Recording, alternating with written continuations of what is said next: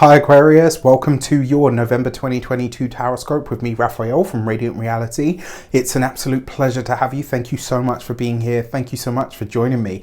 Quick note, my readings are for your sun, moon and ascendant signs. So whether you're a sun, moon or rising sign Aquarius, this is for you. And I always advise that you watch all three to get a clearer, more complete picture of how they're going to speak to you. With that said, remember they are general readings. Not everything's going to resonate with everybody, and that is just fine. You should always use your own discernment. Before we start, as always, I would like to bless my decks of cards with all forms of love, light, peace, prosperity and abundance. And I pray that the messages that come through are ultimately clear and concise. They help you on your path to your highest vibrational good. So let's see what November has in store for us, dear Aquarians. As many of you know, I am a sun sign Aquarius. I'm very proud of that fact. For your actions and interactions with the world at large, you got the Wheel of Fortune.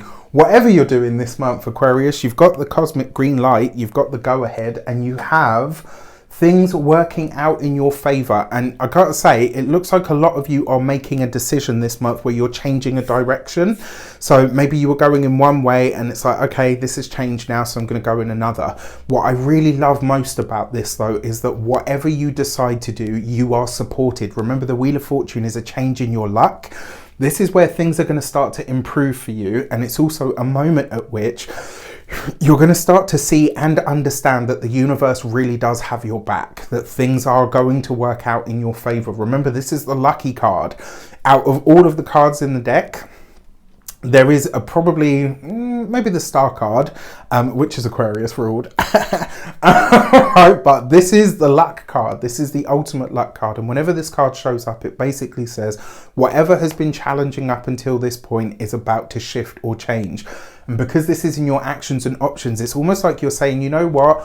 Whatever the stars say, whatever this says, you know what? I'm not worried about that. I'm going to walk my path and it will take me to wherever it is that I am supposed to be. It's like you're not relying on luck.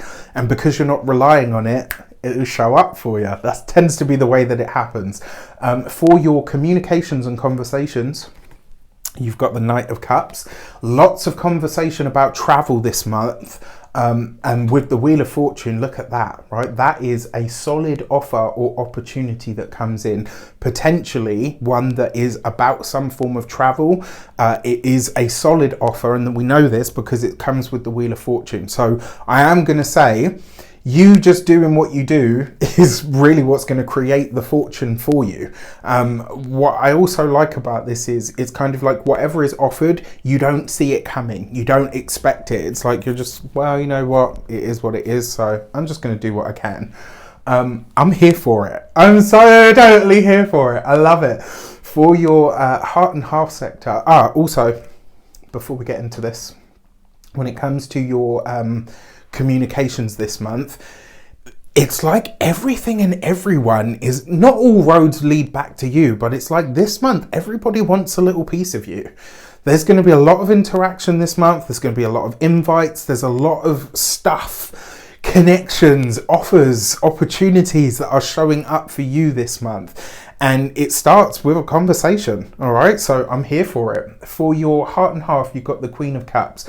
So this month, especially with the page, the Knight of Cups here, this month it looks like you're going to be doing a lot of maintenance on the connections that you have. So your friendship circles, your partnerships, your relationships, your familial ties, your sibling ties. It's like this month you're doing a lot of stuff to maintain the networks that you already have, that you're already a part of. And I really think that that's going to be quite pivotal for you, because those things are going to help you as things start to really progress and certain launch points, etc., start to show up for you.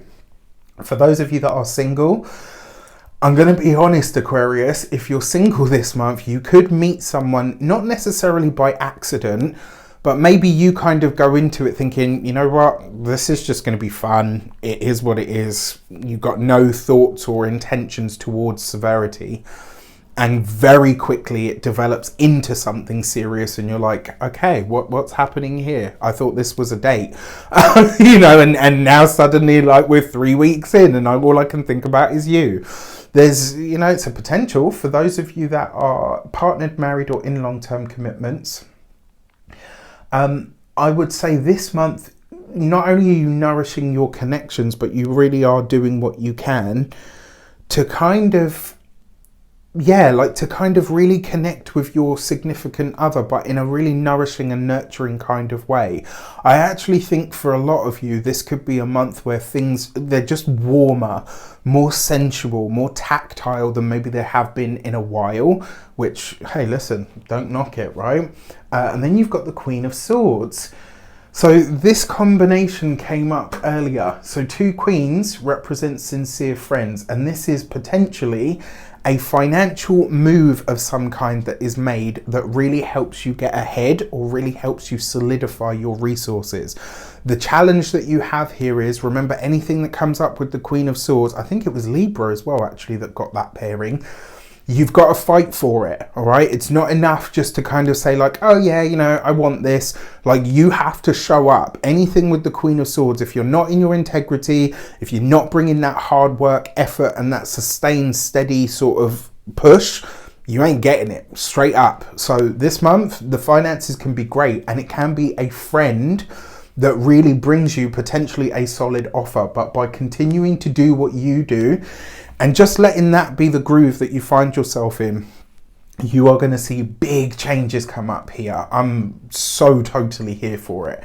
I love it. I really love it. Okay, so for your first week of the month, you have the Justice card, right? So this is always really interesting to me because that's acceleration. The Wheel of Fortune is the number 10, Justice is the number 11. So you've got direct movement. There is potentially offers, possibly contracts coming in here. You do want to be mindful about anything that you're putting your name to at this moment in time. And the big reason for that is obviously within this first week and at the start of the second week, we've got the eclipse. So now is not the greatest time. On top of that, Mars is retrograde in the sign of Gemini. So you just wanting to be a little bit careful around this stuff. But listen, if it's the offer of a lifetime, you're not going to turn it down just because there's a planet retrograde. I don't care who you are. Right? So look out for it. I love it. I think it's great. For your second week of the month, you've got the Magician card. So this is you being approached by a powerful person, a person in a position of authority, somebody that is a mover and a shaker, either takes a shine to you or is helping you get ahead in some way. And it's almost like, you know, that whole, you know how you have like guilty by association? This month for you guys, it could be successful by association.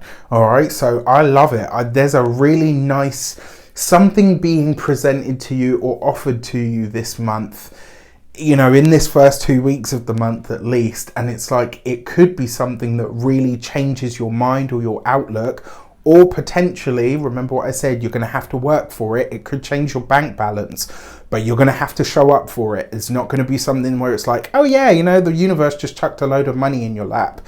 It won't be that. You will need to bring your A game, but it will be worth it. For the third week of the month, you've got the Lovers card. So if you're single, I definitely will say that third week of the month will definitely bring you someone in. And I kind of get the feeling you might be really, it's either that you're surprised at who it is, or you're like, I feel like you go into it like, yeah, you know what, it will be a date, it will be fine, maybe we'll do some boozing and some schmoozing, but you're not really putting anything on it. And before you know it, it's kind of like, okay, I'm kind of obsessed with this person in the good way. Now, for those of you that are partnered, married, or in long-term commitments, this is you dedicating more time to your lover, your partner, your husband, wife, girlfriend, boyfriend, whatever. This is you really doing that. And it's almost like you're making a choice to put them first, and they can see it and they can feel it from you. For your fourth week of the month, you have the World card coupled with the Queen of Swords, right? Something about this month, Aquarius, yes, it's going to be disruptive. Yes, it's going to have its challenges. We have a full moon lunar eclipse in the sign Taurus. If you've been with me long enough, you know I was talking about this one way back at the end of 2021, right? So, you know, I highlighted this as potentially a bit of a weird, shaky part of the year. But that fourth week of the month with the Queen of Swords, whatever this opportunity or this offer is that's coming in, is coming from somebody that is what I like to call like a big fish client. You know, like somebody that's either wealthy, very well known, maybe a celebrity, maybe a authority in their field, like whatever it is that's coming in, it's really going to improve your finances, your money, and it's going to see your reach really expand in some way. It could be like, let's say you work for somebody else and maybe you think, well, I haven't got a business rep, so what about me? This could be maybe an area manager comes in, they watch you working for an hour or two, you know, just silently saying nothing, scowling like they usually do. And then they call you into the office and say, look, we've got a position in coming up and we think you might be actually really, you know, worth doing it for. So, you know, you're going to have to show up for it. The world card, that's, you know, that's a full, it's not a full circle moment because there's no full card here, but it's definitely a step onto a new platform or a new plateau in some regard. Now, the full moon lunar eclipse on the 8th of November for you is happening in your 4th house of home, family, property, your deep psychological, emotional makeup. Like the deepest part of your chart is the 4th house, and you've got a full moon lunar eclipse there. For those of you that are looking to start a family, there could definitely be some pitter-patter feet 9 months from now. I would say that, like, I'm not adverse to it. For some of you, you might find out that you're pregnant and be like, I didn't even know. I've been so busy, I've been so this, didn't even realize that I was pregnant. All right, now, for this, you have the gate 36 and greener grass. Honestly, because this is an eclipse in the 4th house, it can sometimes prompt a move. I gotta be honest though, that gate 36 card, that was a big feature of 2021. And I remember when me and Denise Matthew, we all, like, every year I do a winter solstice event, which will be going ahead this year. Every year when I do that event, so one year in 2020, she talked about this card and this gate in human design. And I'd already seen like this mass migration, people changing locations, they were going to different places, people walking out of jobs. And I was like, and it's happened, like this is a mass exodus. That's what I called it, because I couldn't understand why so many people were leaving. And she said the gate 36 and the greener grass energy, it is literally, sometimes, you know that saying, it's like, well, the grass isn't always greener. I gotta say, if you're planning a change of home or a move, etc., now is not the time for it. It may happen naturally over the next 3 to 6 months, potentially over the next 12 months, actually, because we've got one more eclipse in Taurus to happen as of next year. So it'll be interesting to see how that plays out, but this may not be the right time yet. All right, hold your horses just a minute. So and obviously whenever I'm talking about the moons and the astrology and stuff, I'm always talking about this from the ascendant first, to a lesser degree, but always still relevant, the sun and the moon. So the new moon is happening in the sign of Sagittarius, and this for you is in your 11th house of friendships. It's your 11th house of higher goals, wishes, aspirations and dreams. And for this, you've got the gate 52 and stillness. And so this new moon, it really is like, and interestingly enough, the new moon is the place in the chart where you find benefactors. That's this person. So whoever they are, they might show up early. They might be here in like this first 2 weeks of the month. It might not, because the new moon is on the 23rd, I think, or the 24th of November.